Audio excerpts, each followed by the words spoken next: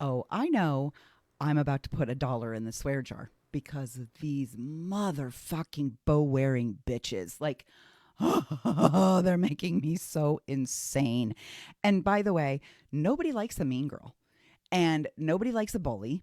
And especially when the recipient of the bullying is someone who is unable to defend themselves. Like, how cool do you think you are that you're at high school and you're picking on the kid in the wheelchair? Like, you're a fucking monster. I don't know why these two are trying this case. I don't know why the Plymouth County DA even brought this to trial, but here we are. And every day we have to watch these two evil trolls go through the motions. And it's just disgusting. And day 9 was no different. Although I will say they're starting to put some witnesses up that may actually speak to Lindsay's frame of mind, right? We're done talking about DNA and pajamas and phone calls and all of that stuff. We're now going to move on to the mental health aspect of this trial, finally. But even then, I think it fell flat.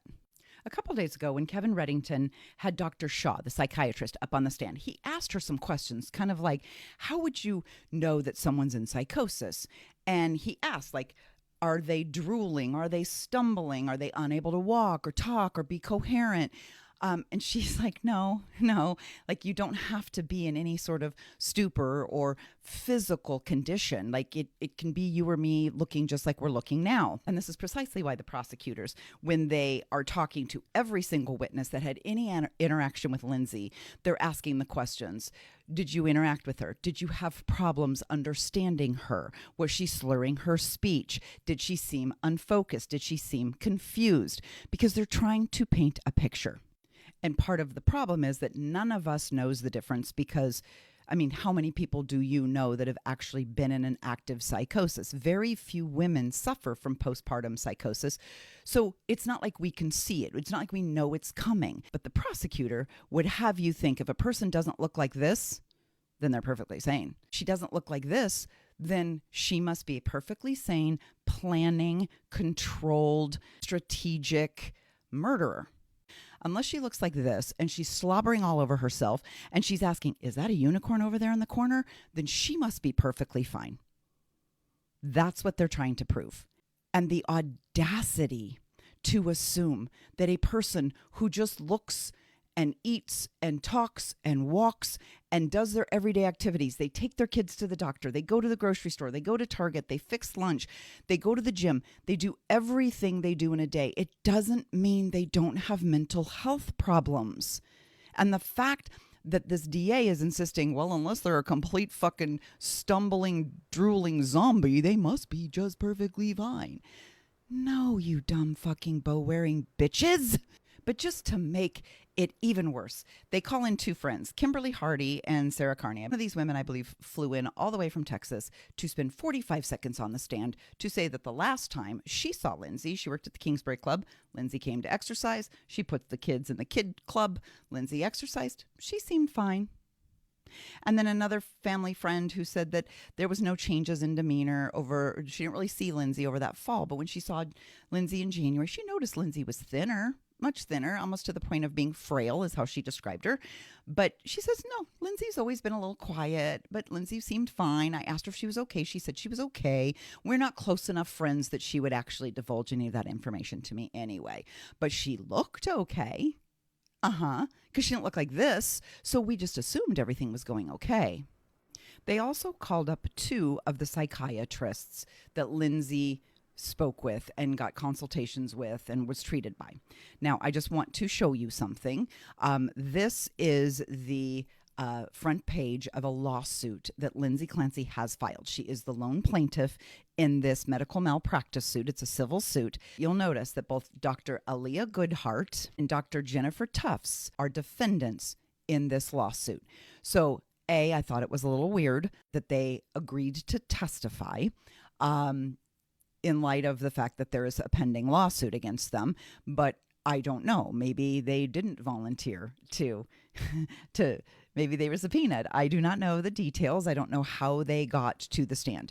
but I could tell both of them, especially Tufts. She had all of her notes with her. She was very like deliberate. Both were very reserved in what they said. Goodhart actually sounded dumb because she couldn't recall things, and she said she didn't understand the questions half the time, and she couldn't really articulate anything. Could have just been nerves. Sometimes it's hard under cross-examination to answer like rapid fire questions from a guy like Reddington, who's like all over you, right? Like he's a bulldog. And so for her, like she was having a hard time explaining things to him, but it made it sound like she didn't know the answers. Tufts was a little bit better, I thought, but both of these women, I think at the end of the day, after you listen to them, there are a lot of holes in the coverage and the suggestions and the things that they didn't do. Goodhart, having been at McLean, she was kind of the last stop for Lindsay, right? Lindsay had been through all these other places, all these other doctors, all these other prescriptions before she got to Goodhart. And the reason Reddington beat up on her so much is he's like, how would you take in a patient, even though they're voluntary? Why would you take them in? Why would you say, so are you on anything? And then when she said, well, I've been struggling like this for months and I've seen this doctor, this doctor, this doctor, this doctor, why wouldn't you pick up the fucking phone and call any of those other doctors? None of them did it. There's 4 psychiatrists and 4 nurses that weekend, apparently. There's 4 teams on, plus social workers. Not one of them thought to just, let's just see if we could pick up the phone and call somebody. Can I email somebody? Can I try and get not even records, but can I just call Dr. Tufts and be like, I got this Lindsay Clancy lady here, and before I prescribe her anything, I just want to know if there's any other information that you want to talk to me about. And to Reddington's point, doesn't violate HIPAA if Lindsay gives you permission. Yes, please go call my past doctors. That would have been the first thing I would have asked her. Do you mind? Just like an employer would do. Do you mind if we call your past employer and ask them about you? Why wouldn't a doctor, a psychiatrist who's about to give you medications for what could potentially be a very serious illness? Tufts did mention that at one point she thought maybe there could be an undiagnosed bipolar, but didn't do anything to further that conversation and then let it go and let Lindsay, which is what I think had happened. I think Lindsay is undiagnosed bipolar, and then they started giving her these other medications, and all you need is one. All you need is one to make her a runaway freight train. And I think that's what happened. But the fact that Tufts thought about it, I kind of thought maybe, but then nah. And then let her go to other doctors, and those doctors never called anybody to find out. There's a reason that there is a medical malpractice suit against these women. And I do think that Reddington is going to put some people up on the stand that can talk about what should have happened under the perfect scenario, what kind of care she should have gotten, and what medicine she should have been prescribed, and what questions she should have been asked. So that's day 9 of the Lindsay Clancy trial. We'll be back on Monday with more.